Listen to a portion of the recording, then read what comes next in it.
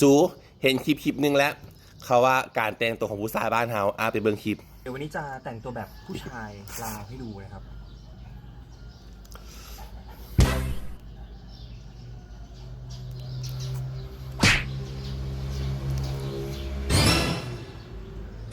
ความจริงเนี่ยใส่กระเป๋า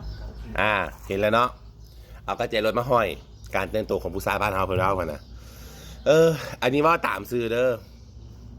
คนที่ว่าจะอวดถามมามีบ่มีแท้นี่เขาต้องยอมความจริงเลยเวลาเอากระเจรถห้อยมาใส่หัวแอวนี่นะคนเห็นปุ๊บโอ้ขี่รถใหญ่เพิ่นนะหรือว่าห้านคอกห้านค้าอันนี้กูว่าตามความจริงเด้อไปห้านคอกห้านค้าห้านอาหารหรือว่าอันนี้อย่างกระยา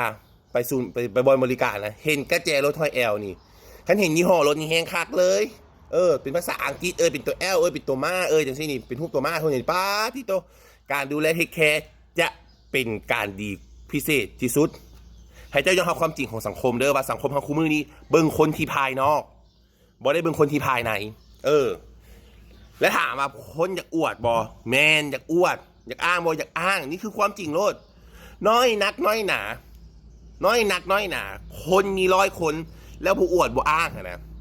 สิมีประมาณ10 คนไปแบบคำเขาว่ามาแหละคนรวยบ่อวดคนอวดบ่รวยนี่คือความจริงและถามเขาว่าเขาผิดบอกเขาบ่ผิดค่อยมีค่อยอยากค่อยใส่กับเรื่องของค่อยเลยไหมรถค่อยเงินค่อยจ่ายเงินแห้งค่อยอยากโซ่ให้ก็สิเป็นอย่างค่อยอยากเอากระเจี๊ยบมาห้อยแล้วค่อยดีโซ่ผู้สาวสิเป็นอย่างไปหาอาหารแล้วเอาไปป้าพึ่งแล้วซื้อแล้วแบบบางคนแบบว่าเอาอันไปแล้วเอากระเจี๊ยบรถวางไว้หน้าโต๊ะจังสิวางไว้หน้าโต๊ะจังสินะบางคนถามย่านแต่เขาบุ้งมีรถใหญ่เนาะโมเมนบางคนท่านกะลึ่งบางคนกะลืมเวลาเขาเอากระเจี๊ยบรถป้าไว้หน้าโต๊ะสิเนาะเขากินข้าวกินเฟอร์หรือกินอย่างกระยาปุ๊บเวลาออกมาปุ๊บจับกระเจี๊ยบรถมามันสะดวกให้เซลก็จะลงไปไว้นี่ไว้ข้างหลังสมมติดำขี่หลอกขี่หลักดิมาเอากระเจี๊ยบจะไปเลยกระเจี๊ยบเฮียแล้วลืมข้าวย่างเอาไปเลยสิแล้วลืมกระเจี๊ยบรถตัวเองอันนั้นกาเมนมันฟังในความมีเหตุและมีผลเด้อถามว่าอวด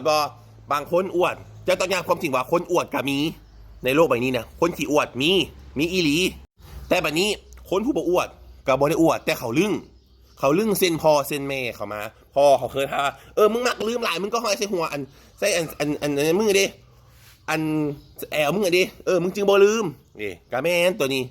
เพราะว่าผู้ชายมันบ่ได้มีกระเป๋าคือผู้หญิงได้ผู้หญิงเนี่ยว่ามีกระเป๋าน้อยแล้วก็ไว้ซ่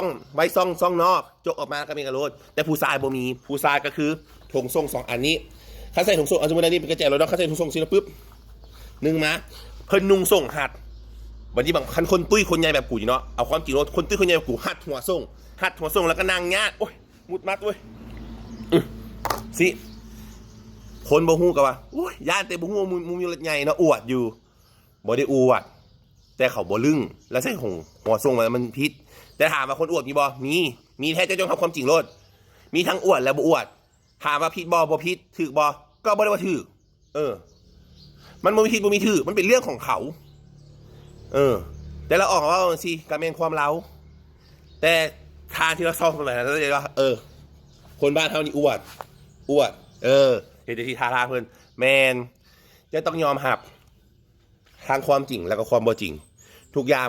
บ่มีผิดบ่มีถูกมันมีเหตุมีผลของมันตามจะต่างของแต่ละคนแบบบางคนเนาะเพื่อนกู10 ปี10 เพเสียงกระยาคอแต่กูซื้อรถใหญ่กูมีรถใหญ่ไว้ก่อนไปใส่มาใส่คนจะเห็นกูเพราะว่าคนไม่ได้มาเห็นเงินกูดิคนไปเห็นคนที่เห็นกูก่อน